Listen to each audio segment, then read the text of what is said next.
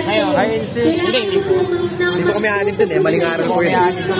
Magtatanong lang po kami. CGI? Hindi po kami. Ngayon, magtatanong po kami ukol sa kaligtasan. Kasi, gaano po ba kadali sa inyo maligtas? Sa'yo, anong... Hindi, ikaw po tinatanong ko kapatid. Talagang totoong Kristiyano kayo, sabi ni Pedro, sa 3:15 ng unang Pedro, handa dapat kayo sa pagsagot. Tinatanong kita, sumagot ka sa tanong ko. Wala ka muna ngayong karapatang tanungin ako. Kaya ang tanong ko sa iyo maliwanag kapatid. Gaano kahirap o gaano kadali? O sige, sige po, gusto niya po. Kasi, huwag mong ano yung kaintindihan mo na magaling ka. Hindi kapatid, wala naman ako sinabi magaling ako eh. Sumagot ka muna sa tanong ko kapatid, hindi ka sumasagot eh. Gaano kadali sa iyo ang kaligtasan? Yun ang sagutin mo, napakadali lang ng tanong ko. Madali. Napakadali ng kaligtasan. Kaya nga, ang tanong ko sa iyo, gaano ba kadali ang kaligtasan sa iyo? May versikulo, kapitulo, yun ang tanong ko. Hindi patutsada. Ganito yan bro. Wala ka sa simbahan nyo para magpatutsada. Napakaliwanag ng tanong ko sa inyo kapatid. Gaano? Ito ha. Madali ba ang kaligtasan? Oo, hindi kategorikal. Siguro ganito. Sagutin niyo kapatid. Sabi ng Apostol Paul, pag si Mateo, kailangan with gentleness. Tama. Ito, mapaunawa ko sa yan. Yung may kaamuhan, yun yung pagsuway sa mga kapatid. Bakit? Hindi ka naman pwedeng sigawan mo yung kapatid mo sa pananampalataya dahil ang pangunahing utos, 4.32 ng Epeso, magmagandang loob. Bakit? 3:15 ng unang 1, dahil mapuot ka pa lang sa kapatid mo sa pananampalataya, mamamatay tao ka na. Yung pili ni Pablo kay Timoteo, nasawayin may kaamuhan sa kapatid sa pananampalataya. Wala akong puot sa'yo. Pero sa labas, wait lang ha, pasagutin mo ko. Pagsagit lang kapatid, pinapastos mo naman yung Biblia. Nagsisitas ako, pinabastos mo eh. Diba? Pero, kung sa labas ng iglesia, may kakapakanin ka. Kaya ang sabi sa 2 Corinthians 10:4 verse 5, sapagkat ang aming pakikilaban ay hindi laban sa laman. Kayo, ayaw niyong makipagbakil. Ayaw kayo ka ng debate. Gusto kayo ka malumalay. Gago!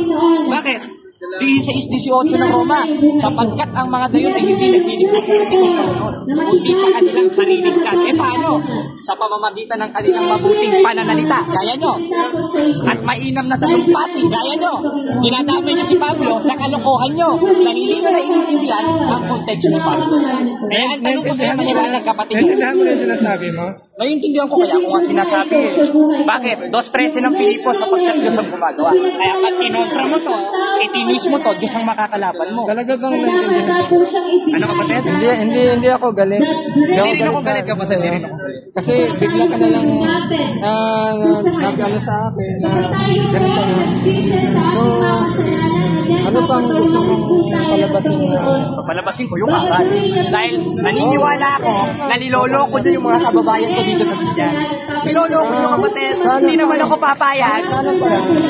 Saan paraan? Anong paraan? Na ano? Sinasabi mo na niloloko? Patulad mo. Accept Jesus Christ na lang as personal Savior. Baka pag hinanapan kita letra por letra, saan mababasa sa Biblia? Si Jesus Christ o si Kristo, tagapagligtas mong personal. May mababasa ka ba no? Personal? Sinasabi ng Biblia pero hindi pa yan ang kabuuan ng ang tanong ko nga sa'yo, meron bang personal o wala? Ayun, salamat. Hindi ko maintindihan kung bakit. Salamat sa Diyos kapatid. Hindi pa ako bro. Hindi ko alam kung bakit ganyan kayo. Kasi ganyan kayo sa akin. Kasi utos yun eh. Utos yun. Kagalit man kami sa inyo, utos ni Apostol Pablo yun. 12:9 ng Roma, baka hindi tinutulong ng mga pastor mo na ano? Na ang pag-ibig ay walang maging pagpapaimbabaw. Pag-ibig pala yun hindi pa imbabaw. Ano? Anong ginagawa mo? Nakapootan yun yung masama. Bakit ka nang husga? Nakisanib kayo sa mabuti. Hindi ako nang husga. Sumusaway ako. Babasahin ko ulit. Babasahin ko ulit. Babasahin mo ako. Magsalita ka nang hindi masama. Babasahin mo ako. Babasahin mo ako kapatid. Babasahin mo ako. Ayaw mo akong babasahin. Pinapastos mo sa salita ng Diyos eh. Ayaw mo basahin ko. Babasahin ko nga. Ayaw mo naman ipabasa. Ibig sabihin ng gabi sa dictionary. Bira ka naman. Hindi ka naman sports niyan. Pakita natin. Salitang dictionary bro. UP Dictionary. Meron ka? Meron. May load ako dito eh. Ito ba yung ano nyo? ipapakita niyo doon para... Hindi naman namin propose yan, boss. Para ipakita doon sa ministro niyo na panalo kayo.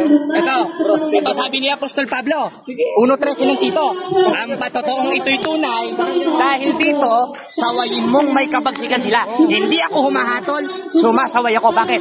Dahil maling pananampalataya ang itinuturo nyo dito sa binyan. Ginagago nyo na, tinatarantado nyo pa yung mga kababayan namin dito. Kayo na lang sana maglokohan, huwag nyo kami idamay. Eh kaya maganda, sino pastor nyo dito, kapatid? Yung pinakamataas doon nyo. Yung pinaka-pastor nyo dito, kapatid. Maganda makausap. Dito tayo, kapatid. Yung tayo. Eh, yun ang maganda dito eh. At take two ka, pakinggan tapos.